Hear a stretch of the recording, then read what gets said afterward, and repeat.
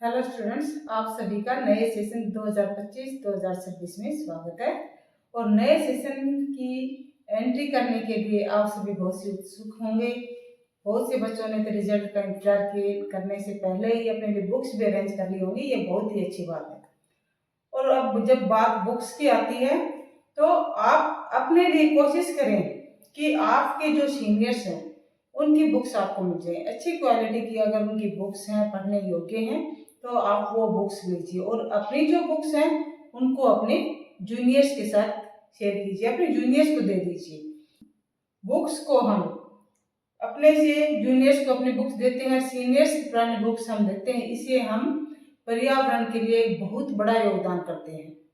आप सब जानते हो कि बुक्स पेपर से बनती हैं और पेपर को बनाने के लिए पेड़ काटने पड़ते हैं। और आज जो पर्यावरण की समस्या है, ग्लोबल वार्मिंग की समस्या, उसके लिए सबसे जरूरी है कि हम पेड़ों को बचाएं। एक नया पेड़ आज हम लगाएंगे, उसे ग्रो होने में कई साल लगेंगे। तो इससे बेहतर ये है कि हम पेड़ भी लगाएं, उसके साथ साथ जो पेड़ लग चुके हैं, जो ग्रो हो चुके हैं, हम उसे बचाएं। अब स्टूडेंट लेवल पे इसके लिए हम क्या कर सकते हैं? इसके लिए आप ये कर सकते हो कि अपनी जो बुक्स हैं वो अपने जूनियर्स को दीजिए और अपने सीनियर्स की बुक्स हैं उनको आप लीजिए। ये सरकार ने एक प्रोग्राम चला रखा है और जब सेशन की शुरुआत होती है उससे पहले सभी स्कूलों में गवर्नमेंट की ओर से लेटर आते हैं कि स्टूडेंट्स को इसके लिए मोटिवेट करें कि वे जो अपने साथी हैं, जो अपने सीनियर हैं, अपने सीनियर जो स्टूडेंट्स हैं स्कूल में, उनकी बुक्स लें, उनसे पढ़ें और अपनी बुक्स को अपने से जूनियर्स को दे दें। इससे एक बहुत अच्छी पहल है। पर्यावरण का बहुत ही सहयोग होता है। पर्यावरण को साफ सुथरा रखने में, स्वच्छ बनाने में, उसको इम्प्रूव करने में स्टूडेंट्स की एक बहुत बड़ी भागीदारी है। तो मुझे उम्मीद है कि आप सभी पर्यावरण में को सही रखने के लिए, उसको स्वच्छ बनाने के लिए अपना योगदान अवश्य दें। क्योंकि हमारा जो टॉपिक है साइंस जो हमारा सब्जेक्ट है, साइंस में यही पढ़ा जाता है कि किस प्रकार से पर्यावरण को इम्प्रूव किया जाए, कौन सी केमिकल रिएक्शंस होती हैं जिससे पर्यावरण दूषित होता है, एनवायरनमेंट पोल्यूटेड होता है। तो केमिस्ट्री में भी हम ये पढ़ाते हैं, बायोलॉजी में भी आप पढ़ते हो, एनवायरनमेंट का एक स्पेशल चैप्टर भी है आपके सिलेबस में। तो इन सब बातों का आप ध्यान रखें। और आज हम फिर से अपने टॉपिक पर आते हैं। हमारा जो टॉपिक चल रहा है केमिस्ट्री का lesson number 1, chemical reactions and equations के इस चैप्टर में हम केमिकल रिएक्शंस क्या होती हैं, कैसे होती हैं, केमिकल इक्वेशंस क्या है, किस प्रकार से केमिकल इक्वेशंस को बैलेंस करें, कैसे लिखें, ये इन सब पर वीडियो बना चुके हैं और आप सबने वो वीडियो अवश्य ही देखे होंगे। जो स्टूडेंट्स नए हैं वो अवश्य ही देखें और सभी स्टूडेंट्स चैनल को सब्सक्राइब कर लें, बेल आइकन को ऑन कर लें ताकि नेक्स्ट वीडियो का नोटिफिकेशन आपको तुरंत मिले। तो चलो स्टार्ट करते हैं हम आज का अपना टॉपिक। आज हम करेंगे जो इंटेक्स में क्वेश्चंस हैं और उससे नेक्स्ट टाइप्स ऑफ रिएक्शन में हमने स्टडी किया था combination reactions and decomposition reactions. आज combination reactions and decomposition reactions के बाद जो इंटेक्स के क्वेश्चंस दिए गए हैं आपके एनसीईआरटी के बुक में, उनके सॉल्यूशंस करेंगे विद एक्सप्लेनेशन, कंसेप्ट को एक्सप्लेन करते हुए। तो सभी क्वेश्चंस को आप ध्यान से देखें, ध्यान से समझें और समझकर लर्न करें। कंसेप्ट में आपको ये लगता है कि कुछ समझ नहीं आ रहा, क्लैरिटी नहीं हो रही है, तो आप कमेंट बॉक्स में कमेंट कीजिए। तो आज का जो हमारा पहला क्वेश्चन है, क्वेश्चन नंबर 1, आपकी बुक के पेज नंबर 10 के इंटेक्स के जो क्वेश्चंस दिए गए हैं उनमें question number 1, A solution of substance X is used for white washing. यहाँ पर ये बताया गया है कि एक सब्सटेंस X है जिसके सॉल्यूशन को घरों में व्हाइट वॉश के लिए यूज किया जाता है। तो इस क्वेश्चन का जो पहला पार्ट है वो है कि name the substance and right it's formula. कौन सा सब्सटेंस है, जो सब्सटेंस X है, हमें उसका यहाँ पर फार्मूला लिखना है।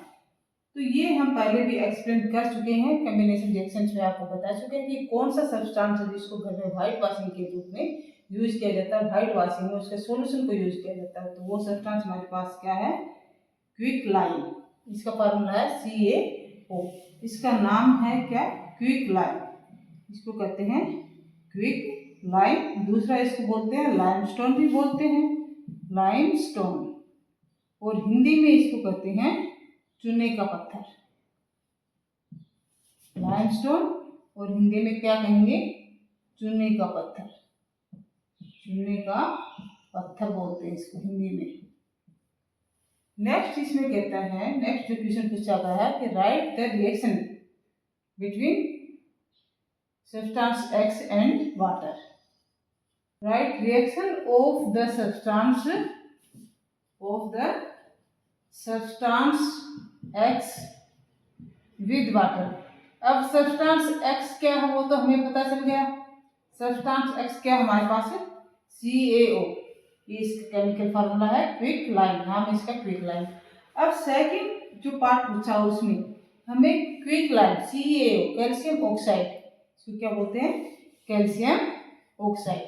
कैल्शियम ऑक्साइड की वाटर के साथ हमें रिएक्शन दिखानी है, रिएक्शन बताने की। जब कैल्शियम ऑक्साइड वाटर के साथ रिएक्ट करेगा तो कैसे, तो CaO प्लस वाटर, वाटर के साथ रिएक्ट करेगा तो क्या प्रोडक्ट बनेगा, कैल्शियम हाइड्रोक्साइड, कैल्शियम हाइड्रोक्साइड, और कॉमन नेम इसको बोलते हैं स्लैक्ड-लाइम।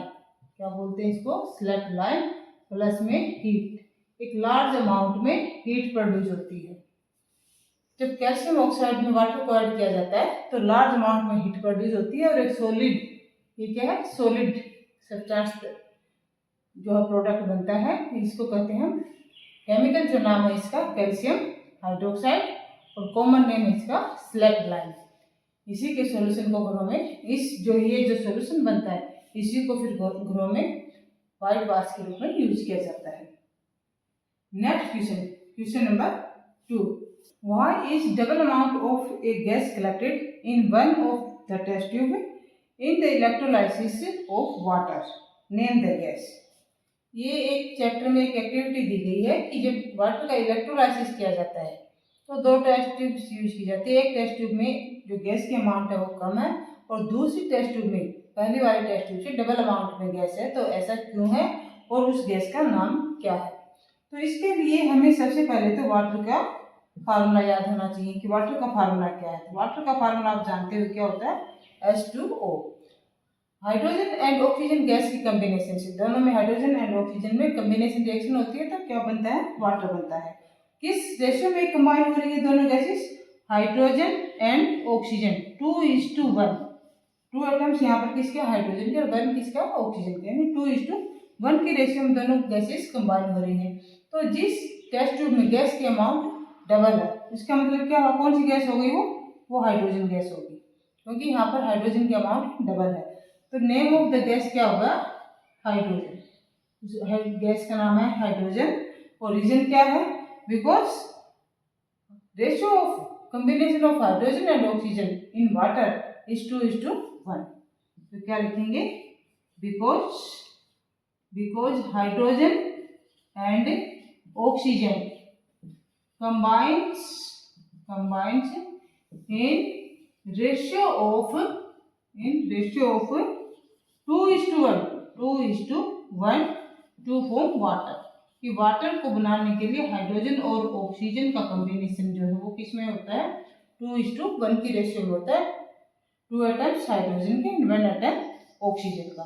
तो जब हाइड्रोजन की अमाउंट डबल है इसलिए जो डबल गैस टेस्ट में बन रही है वो क्या होगी, वो होगी हाइड्रोजन गैस।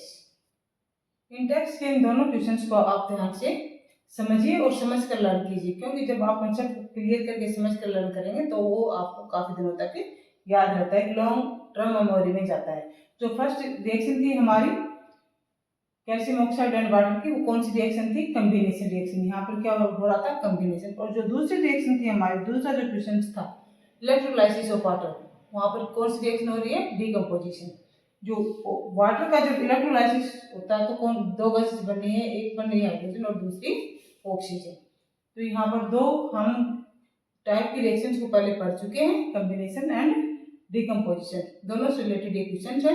इनको अच्छे से आप लर्न कीजिए और जो क्वेश्चंस दिए गए हैं इस प्रकार के उनको लिखने की प्रैक्टिस कीजिए, उनकी रिएक्शंस को।